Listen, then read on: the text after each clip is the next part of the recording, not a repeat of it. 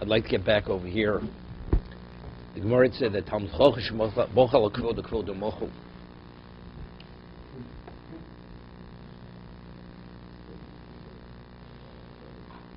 So then the Gemara had a question, what about Nosi? What about a person who's a Nosi, a prince? If he waives his honor, is it waived? So Rav Ashi says that even according to the opinion that Rav Shemochel Kvod Kvod Mochel, Nosi Shemochel Kvod Kvod Mochel. But if a Nosi wants to waive his honor, it's not valid. He has no right to waive his honor. So the Gemara asks, Meisvei, Masim Reb Lezer, Reb Yeshua, Reb Tzodik. There was an incident, Reb Lezer, Reb Yeshua, Reb Tzodik. Shoy Mesudin Beis HaMishter, Benosha Reb Gamliel. They attended the wedding or the party, celebration of the son of Reb Gamliel. So Reb Gamliel was the Nosi. Where Reb Gamliel Omer Mashka Aleim, and he was serving them drinks. Nosla Kosa Reb Lezer v'lo notlo. He offered a cup of wine to Reb Lezer, he wouldn't take it from him because he felt it was a disrespect.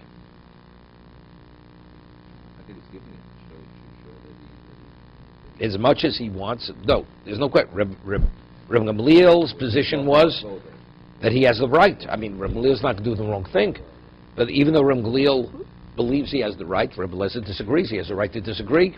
He's not taking it. He's not going to take it from him because he felt it was a disrespect that the Nosi should serve him. Nosla Reb Yeshua v'kiblo. It was offered. He gave it to Reb Yeshua, and he received it. He accepted it. Omalo Reb Lezer. So Reb Lezer says to you, Reb Yeshua, Maze Yeshua. What are you doing, Yeshua? Onu Yoshvin Reb Gamliel, Berebi Omedu Mashke Olenu. We're sitting, and Reb Gamliel, the great one, the great Torah sage, Rebbe is always the Gadol Hador. He's standing and he's offering us drinks. It's a disrespect. Therefore, you did the wrong thing by agreeing to take the wine from Reb Gamliel. Omalei Motzinu Godel Mimenu Sheshimesh. We find someone even greater than Reb Gamliel who did offer his hospitality. Avram Godel Hador Hoyo. Because of who Omer Aleim.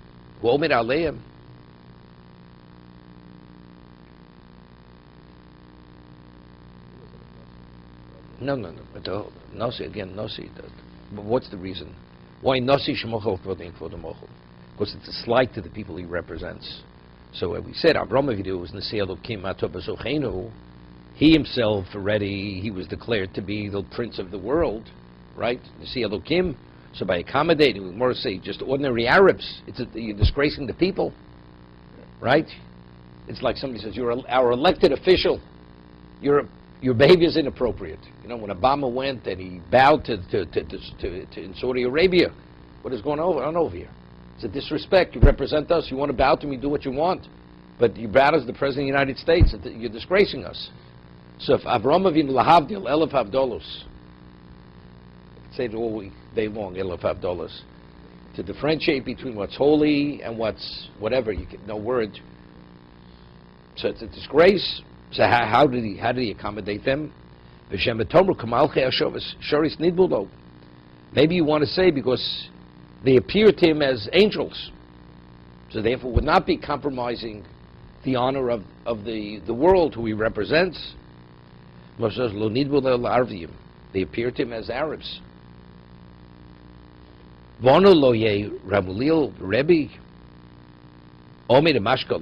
Abraham could host Arabs, lowly Arabs, you mean Reb Gamliel cannot waive his honor to accommodate us?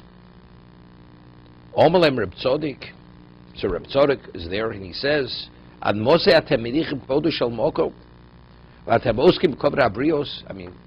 how long are you going to ignore the God's honor and you can discuss what's honorable among people? HaKadosh Baruch Hu Meishiv Ruach Ruchos Umala Nesiyim. He causes the wind to blow. He causes the grass to grow. Umorid Motor Matzbiach Adomo. He causes rain to come and causes the ground to grow. V'orech Shulchan Lefnei Kol Echad Ve'echad. V'anu Lo Yeh Rab Gamliel Berebi Omer Mashko Leinu. God is the provider. So here it's interesting. I brought the Ben Yoda, the Ben Ish Chai. He writes, the Gemara says in Tainus that there were 3 keys that were never given over to an agent, to an angel. One is the Maftech of Geshem, and the other is the Maftech of Parnosa, of livelihood, to provide a livelihood. That was never given over to a Malach. So it says over here, he's Morid Geshomim, he causes it to rain, so that's Hashem providing himself. It's not delegated through an angel. And what? And it says, whatever sustenance each person needs individually, that's Parnosa, that's Maftech Shel Parnosa. So if Hashem himself is involved directly in providing this, so we have to be concerned for our Gamliel's honor.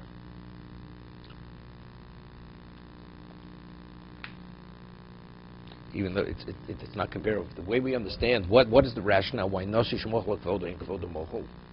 Because it's offensive to the people he represents. Right? God has to provide for everybody. If he doesn't provide for anybody, the world can't exist. So everybody's agreeable that Hashem should be the provider. I mean, the basis why the Nasi has no right, because it's offensive. Well, how could you say it's offensive? If Hashem won't provide, there is no existence. An individual, in terms of his behavior, if you represent us, you're compromising our honor. Where do you have a right to compromise our honor? If you represent us.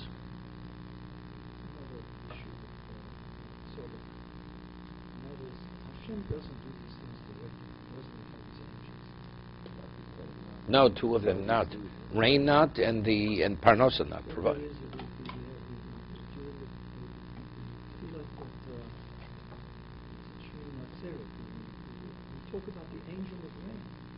No, he sends the angel, but the Mafteach, the actual key, Gemara says the Gimel Maftechos, 3 keys were never given over to a Shliach. Rain, Parnosa, and conception. That the woman should be able to conceive. No, so the process, of course, there's an angel involved, just delivery. But in terms of activating it, giving the order.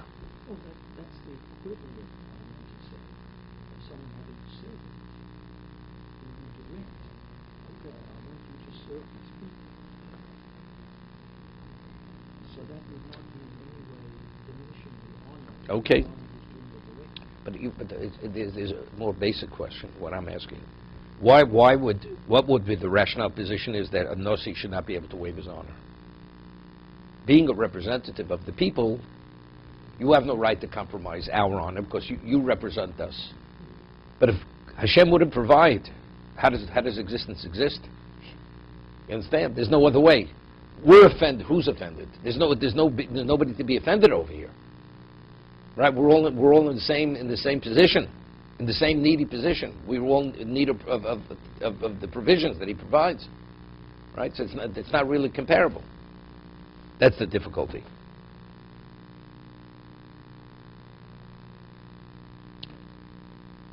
Unless you say the Malachim or they're offended, right? Like they at Sinai, right? They said, what are you giving the Torah to these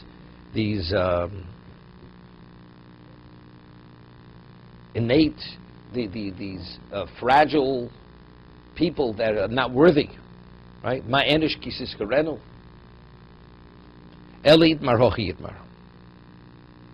It has to be restated. Rav Ashi never said that Nasi cannot compromise his honor. Nasi definitely can. It's not even the question. Elid marhochi yitmar. Rav Ashi afilu madiyam Nasi shemoch lakvodu kvodu mochel. That even according to the opinion that a Nasi, a prince, can waive his honor. Melech shemoch lakvodo ein kvodo mochel. A king cannot waive his honor. Shenemar, som tosim alecho melech. What is to reiterate the word? It should say som alecho melech. In terms of appointing a king. Place upon yourselves a king. What's tosim? What is the reiteration? Place upon yourself the king. Shetei mosu alecho. That he has to be in a position where his fear is always upon you. Meaning he has no right to waive his honor. Because the moment he starts waiving his honor, it's a compromise. He's being compromised, and if he's being compromised, people will not fear him.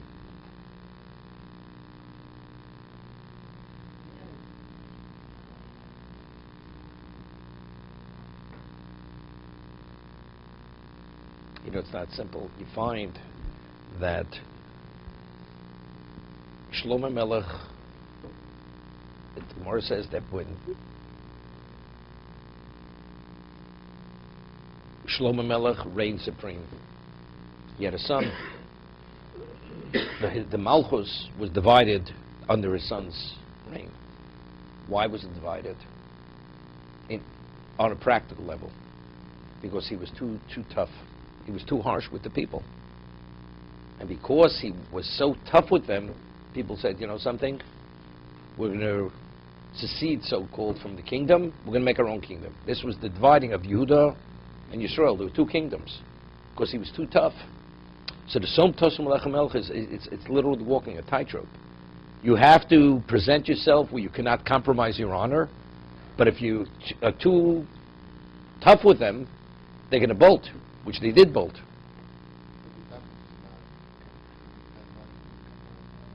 Well, why? What are we talking? If you don't initially, you don't present yourself sufficiently as a monarch, that's compromising your honor.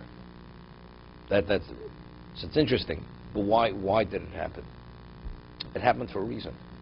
The Gemara says that because the Gemara says in Shabbos, because David HaMelech accepted Lashon Hara on Shaul's son. There was a slave who had spoken about Shaul's son had come to David, Mephibosheth, and he was disheveled. And David was, this is after Shaul was killed. And he had one surviving son. So this slave, who was a slave in the home, in the household of Shaul, came to David. His name was Tziva, and he says, you know, the man doesn't accept you as king. And proof of that he doesn't, he came to you in a disheveled state. Because if he would have, he'd value and revere you, he would have come before you in a groomed state.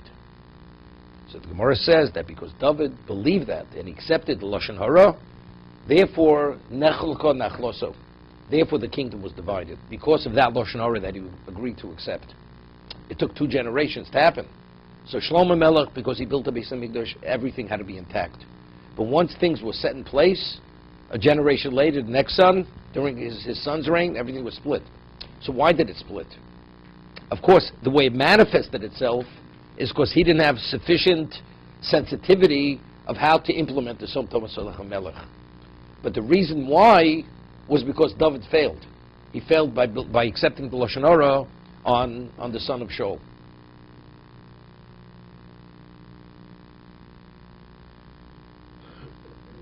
It's the same thing, something similar. Why did Achrei Moshe Kedoshim, Achrei Moshe Bnei Aaron? Why did they die? Because they did something they shouldn't have done. Right? But yet it says, but Aaron, this was a punishment to Aaron. Right? This is David's drasha. Right? But it was a punishment to Aaron because he participated in the Chet HaEgel to whatever degree. So he lost 2 sons. First of all, they were adults. They died, and it says they died on their own accord because they failed. Azora, whatever Azora means. Right? So how do we reconcile the two? So the way the Orach Chaim HaKadosh explains, in the merit of Aaron, they should have had clarity. Because it says, Ragli Chasidav Yishmor. But because Aaron did not deserve that level, he didn't have that schus, that his children should have the clarity on behalf of him. Once they didn't have the clarity, they failed. It's the same thing. Why didn't Shlomo's son have sufficient sensitivity not to be too harsh, to implement Som Lechem Melech? Because David failed. Because David failed, therefore, Shlomo's son did not have sufficient sensitivity, and he was too tough, and because of that, that's why the kingdom was divided. Same idea.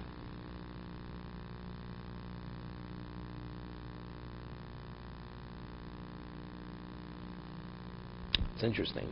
I asked the question, the Gemara says at the end of Makos, that Yoshafat, when he would sit on his throne, whenever he would see a Talmud Chacham, person who was truly special, he would descend from his throne, and he would embrace that Talmud Chacham, and he would embrace him and kiss him, and he'd say, Rebbe, Rebbe, Mori, Mori. My rabbi, my teacher. Seems to be a king to show his affection for a person. There's a compromise on the honor of a king, because a king cannot show his human feelings, but he did. He displayed it. So this would be actually a compromise on some Tosum Alecha Melech, Shetei Omoso Alecho. So how do we understand it? Public. So you'd say it's, but factually, the person sees this. The man is displaying. But it's interesting. It says he descended, he embraced him. If he would have stopped there, it would have been a problem. Rebbe. He qualified what he was doing. He wasn't just embrace and kiss. He said exactly what he was doing. He made a declaration. This Rebbe, Mori. This is not just an affection of a human being to a human being. This is Kavod Torah over here. This is revering Torah. If you see the king going and kissing a Sefer Torah, you can say that's a compromise on his honor.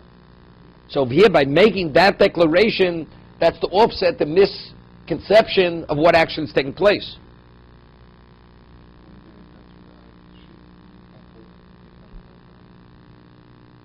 That was up. She compromised. You're right. No. Nasi shemochel akvodu kvodu mochel. No, he doesn't have to make that declaration. There's melech. There's no nasi shemochel akvodu kvodu mochel. A Talmud Chochem, he waves his honor. Does he have to make a declaration?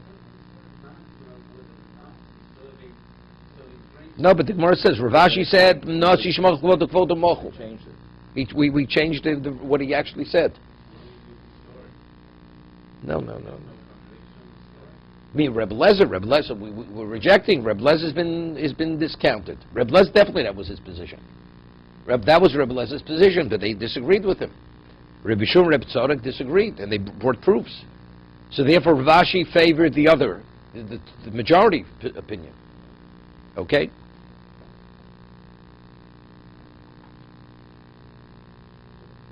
Ton Rabbanon.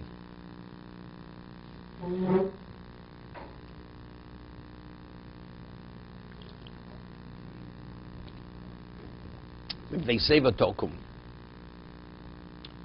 one has to acknowledge tokum. You have to stand, not acknowledge. They save it for old age, person who's elderly, tokum. You have to rise. Now it's interesting. In Hebrew, the word ashem means what? Guilty. Ashem. So Rashi learns zokin ashmoy means zokin rosha. Maybe for an elderly person, even if he's a rosha, you have to acknowledge him. Talmud lo zokin. I mean, Tosa has a problem. Tosa cites Rashi here. Zokin ashmoy, pirs kunchis ashmoy rosha v'amoritz. He's a rosha and he's not moritz. Totally ignorant of Torah. Even for him, you'd have to rise. Talmud zokin. Because it says, and you should acknowledge the presence of a zokin. What's a zokin? An elder. Ein zokin elder chochem. An elder means a person who's wise, who has Torah. Shenemar, where do we see zokin? Doesn't mean age, just an elderly person. Shenemar esli shivim ish miziknei Yisrael. Right? Gather for me 70 individuals, miziknei Yisrael. This is where Moshe was going to transfer his spirit, his ruach onto the 70. Rashi says, when he says esli shivim, it's impossible. You know, shishim ribo, how many zikanim were there? So what does it mean? Shivim means, ziknei means, ein zoken el misha kono chochma, an elder. So that's the Tanakama. So let's just take a look in Tosas on Zokan Ashmoi. So Rashi learns Ashmoi.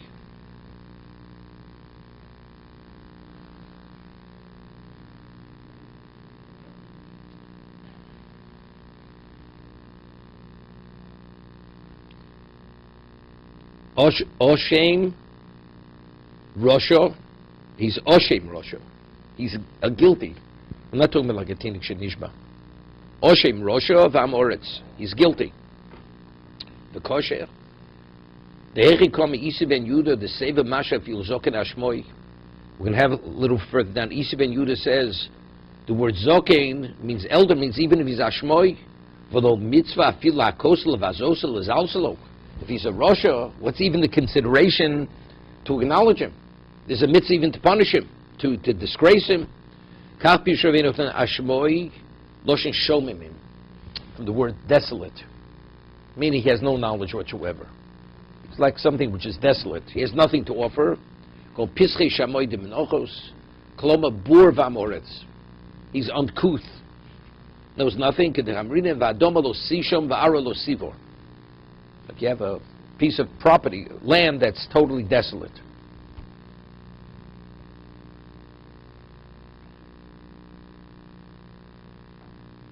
The Malbim, he writes, a person who's a fool is called a nar.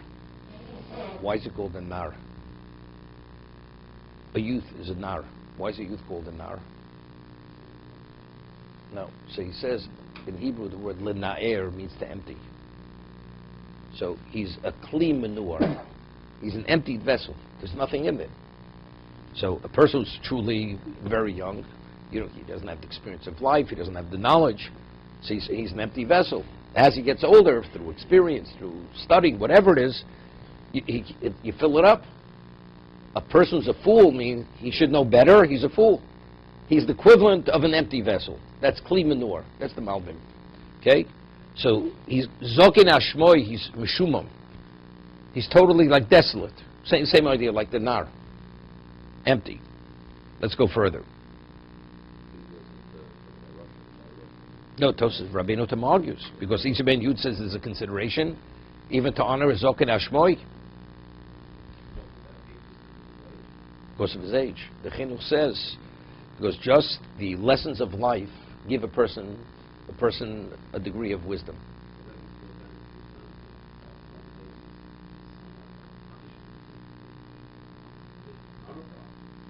No, not a bracha. Not a bracha. In what sense?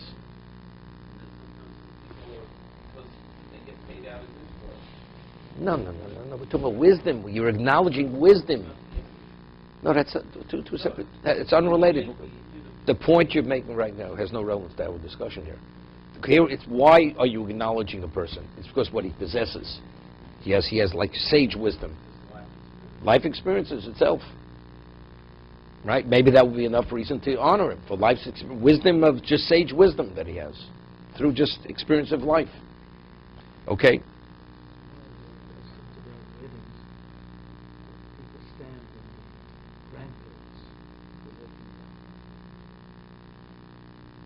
We'll see in a moment.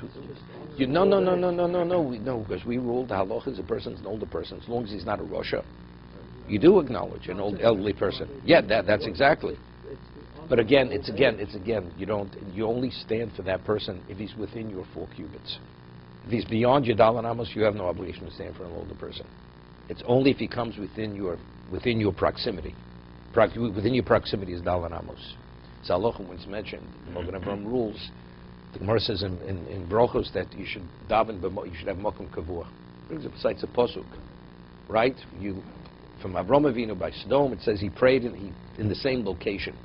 So Gemara says from here, we learn that a person should have a makom kavua. You should have a set place to daven. Mogen Avram says if it's within dalan amos, that's your makom kavua. Still considered makom kavua. Same thing. So what's your proximity? What's your location? He's within your location. That's within your proximity. Dalan amos. You stand. He's outside of your dalan amos. You have no obligation, even to acknowledge him. Aisle. You further in, you have none. Maybe that's shel tifish min hatzibur. It doesn't look. If people stand, you're not standing. Said it's already like it's offensive. Yeah. King is as long as it's within your vision. We'll see even this a Talmud Chochem, it depends what kind of if it's Rabbi Muvak, if it's your Rebbe, until you can no longer see him, you have to stand. But today we have no Rabbi Muvak, doesn't exist. And secondly, but if he be a Gadol Ador, if he be a leading Torah sage of a generation, then it's Moliyedov. As long as you could see him, you have to stand. Till he actually either leaves the premises, you can no longer see him, or turns the corner. That's a separate discussion. No. Chas Dom Lamelech. So even though there's no basis for it. No basis for it. Yes, the Rebbe Yoshev, Reb Chaim, Yibodim Chaim, no basis. Has no relevance. People's... Huh? No. Whatever. But today, it almost looks like arrogance. Everybody stands, you sit. Where are you sitting? Even though there's no basis for it. So again, it's lo tifresh min hatzibur. You're not doing anything terrible. But for the Kala, definitely not. Right? There's melech. There's eishes chavik chaver, the Gemara says, right? You have to honor the wife of a Talmud Chacham as Talmud Chacham. Why? Because if you don't honor him, it's offensive to the husband. The husband's offended if you don't treat his wife with respect. So when you honor the wife, you're honoring him. So the question is, what about a queen? Right? There's no position called Malka. Right? There's Melech. There's no Malka. So what are we talking about over here? You're offending the what? The Choson. If you don't stand for the Kala when she walks down. For that, besides, but I'm just saying. Exactly. Well, but he's not a Choson because she's the Kala. Otherwise, you call off the wedding. Okay?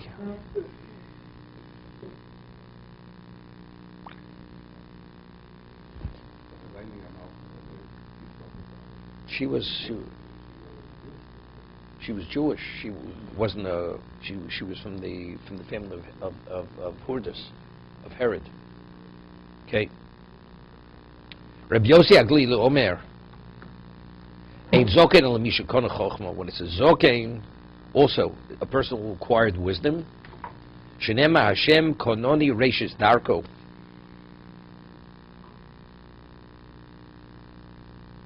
Yochel Yamud B'Ponov Mimokim Rochok. That is the question. Maybe you have an obligation to stand for the Talmud Chochem even at a distance. Meaning, if it's within your eye range, you have to stand. Talmud Lomar, interesting. Tokum Vodarto. Tokum Vod, you should stand. It says Vodarto. Even though it says Neseva Tokum Vodarto Pnei Zoking. Right? Vodarto. What's Vodarto mean? Hidur. What does it mean, Hidur? Acknowledge. So the obligation of standing is when it's recognized that it's an acknowledgement. Lo amarti kima l'mokshe shidur. When do you have an obligation to stand? Only if it's obvious that you're standing for that reason. So if it's within Dalan Amos, so then you associate the standing with the acknowledgement. But if it's beyond Dalan Amos, right, you don't associate, so you have no obligation to stand.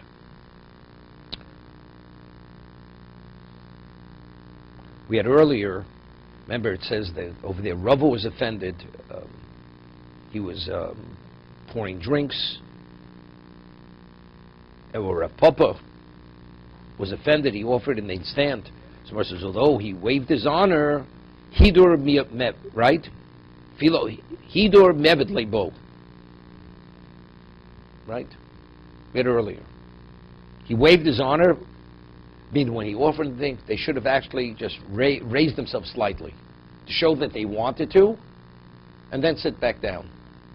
But even that they didn't do. That's why he was makbid. That's why he was actually he was offended over there. Even though I agreed to waive my honor, but it's two separate things. There's the honor and then there's the hidur. Minimally, because not acknowledging, that's a disrespect already.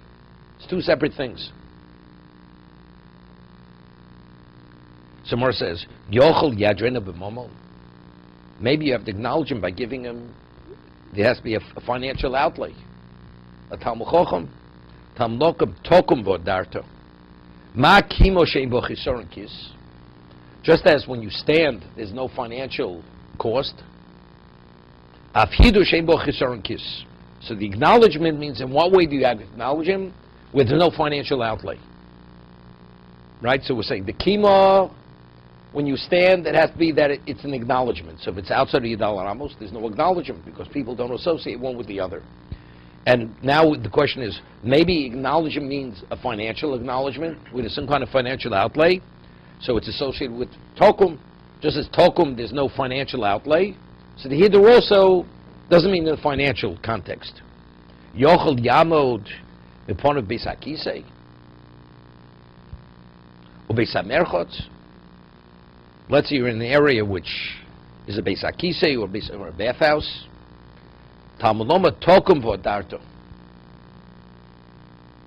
The Torah associates standing, rising with Hidur.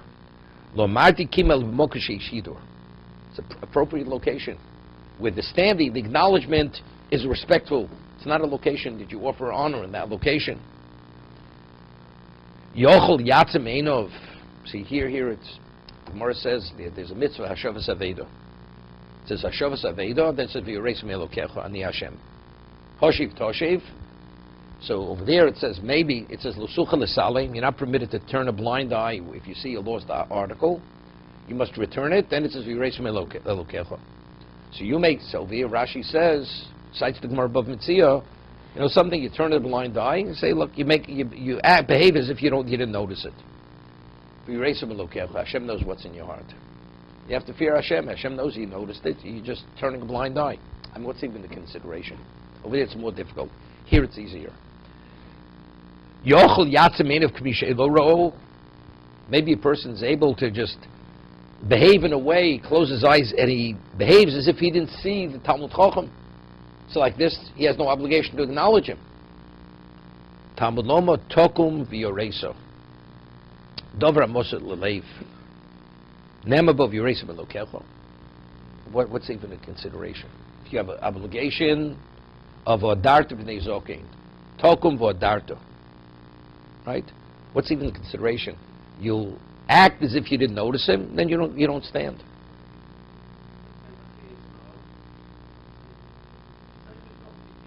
No, there it's more difficult. This is easier to understand. But you did see him. But you're playing a game. You did see him. You're behaving as if you didn't see him. If truly he didn't see him, he didn't see him. Right? There's no claim against the person. He didn't notice him. Yatzim Einov that he shouldn't see him. So maybe you'll say what? He sees him coming, he's outside of his Dalan Amos, and not one runners around the block. No, you could leave. No, there's nothing wrong. If he hasn't yet come within your Dalan Amos, there's no claim against you. No, you see him coming. He's outside of your Dalan Amos. Now he's coming within your Dalan Amos. So when he's in your Dalan Amos, you don't notice him. Right? Doesn't make a difference. But my chiyuv is because when you notice him, I didn't notice him. It's like you evaded him. Doesn't make it. But since factually you know he's within your Dalan Amos, even though visually you don't see him, it's considered a breach of this. You violated V'Adarta B'nei Zokein. Right? That's the simple understanding here. By Aveda, you can't say that. You notice it, and you turn a blind eye, and you behave as if you didn't notice it. You need to erase from Lokecho. So over there you could say whatever you want to say, because there it's the difficulty. A person would justify whatever way he would justify it. So two people are learning like this, and someone walks behind that stands for, and I don't see that person. So, but let's say you know he's standing for somebody you should stand for. Then you should stand. This is motion of standing up to tell me that I should stand. Right. Or you should turn around to see why he's standing. Here is interrupted learning. Doesn't make a difference. The other way I understood it was what? Was this. Dover Mosa Leiv, if you don't stand, what is it an issue? It's a disrespect. Right? So let's say there were other people there. They don't stand. It's a disrespect. You're showing a disrespect for Torah. But let's say you're acting as if you didn't notice. So the disrespect aspect is not there because the other people believe, why didn't you stand? Not because you're behaving disrespectfully. You didn't notice them. You didn't see. The answer is no. It's not an issue of to display for others. It's for yourself. But then the Havmin is difficult, right? The Havmin. What about why should I differentiate between yourself? If you have an obligation, why is your obligation any less than their obligation? So therefore it makes sense to learn as we're learning. He sees him coming outside of Dalan Amos. He doesn't yet have an obligation to stand. Moli Einov, right? Because he needs Kima Sheish Hidur. You only have an obligation to rise where there's an acknowledgement. So since you only noticed him before he came into your Dalan Amos, maybe you have a right to ignore him. You raise him and look, it's Dover Mosad Lev. Since factually you know he's within your Dalan Amos, you have to stand to acknowledge his presence. This comes up very often with a Sefer Torah. They take a person, let's say, before Psicha, and the person truly doesn't know. They took the Sefer Torah out of the Aron Kodesh, doesn't notice it. Or a person it's Hagba. They go Hagba, and he's immersed in something, and he doesn't stand. Is it a disrespect? It's not a disrespect. And maybe the way it's seen by others would be a disrespect. I mean, they're raising the Sefer Torah, how do you not stand? Right, that would be a disrespect. Yeah. That's unrelated to Dalan Amos. That's like Rabbi Muvak. Visually, you see Sefer Torah at any distance, you have to stand. You're not permitted to sit. Well, then for a person, is there a subjective and objective ideas of when you stand or not? If the person itself is there any subjectivity to standing to a person that you don't agree with and you don't care? Or must you stand? He doesn't care for him. What do you mean you don't care for him? I don't want to go into the politics of I don't mean that, no. So is there a subjective? Is it subjective or objective? You stand regardless? It depends. If the halacha dictates you must stand, you must stand. If the halacha doesn't demand it, you have no obligation to stand.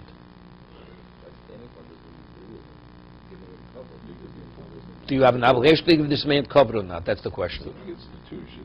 I don't know. I know where you're going. Let's say the man he crossed too many lines and he doesn't. That's Russia. If truly he's a Russia, that's a whole different story. If he's a Russia.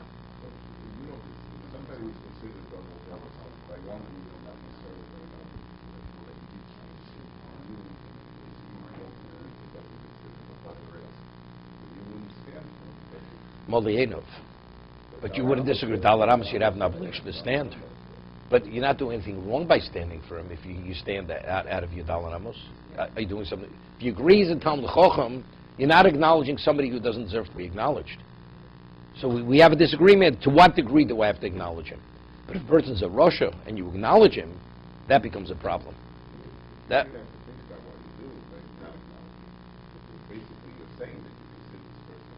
Exactly. Well, let's say there was a certain person, and whatever it is, a certain person, he happened to be a Sephardic Jew, and he started a fifth column in Brooklyn many years ago. Rabbi Kalatsky said about him openly. These were his words: as a treif in a bane. That's what he referred to him. He's a treif bone. That's what he said to him. So if Rabbi Yaakov quantified him as a treif in a bane, you understand? That man you don't acknowledge. Okay, we have 2 minutes. Now this is interesting. Reb Shimon Elazar Omer Minayin Lezok Shelo Yatriach. Where do we see a person's Talmud? He has no right to burden the tzibur by him entering, causing people to rise for him. He's burdening them. Talmud Loma Zokin V'Yoreso. I mean, you're a Zokin, but you have V'Yoreso.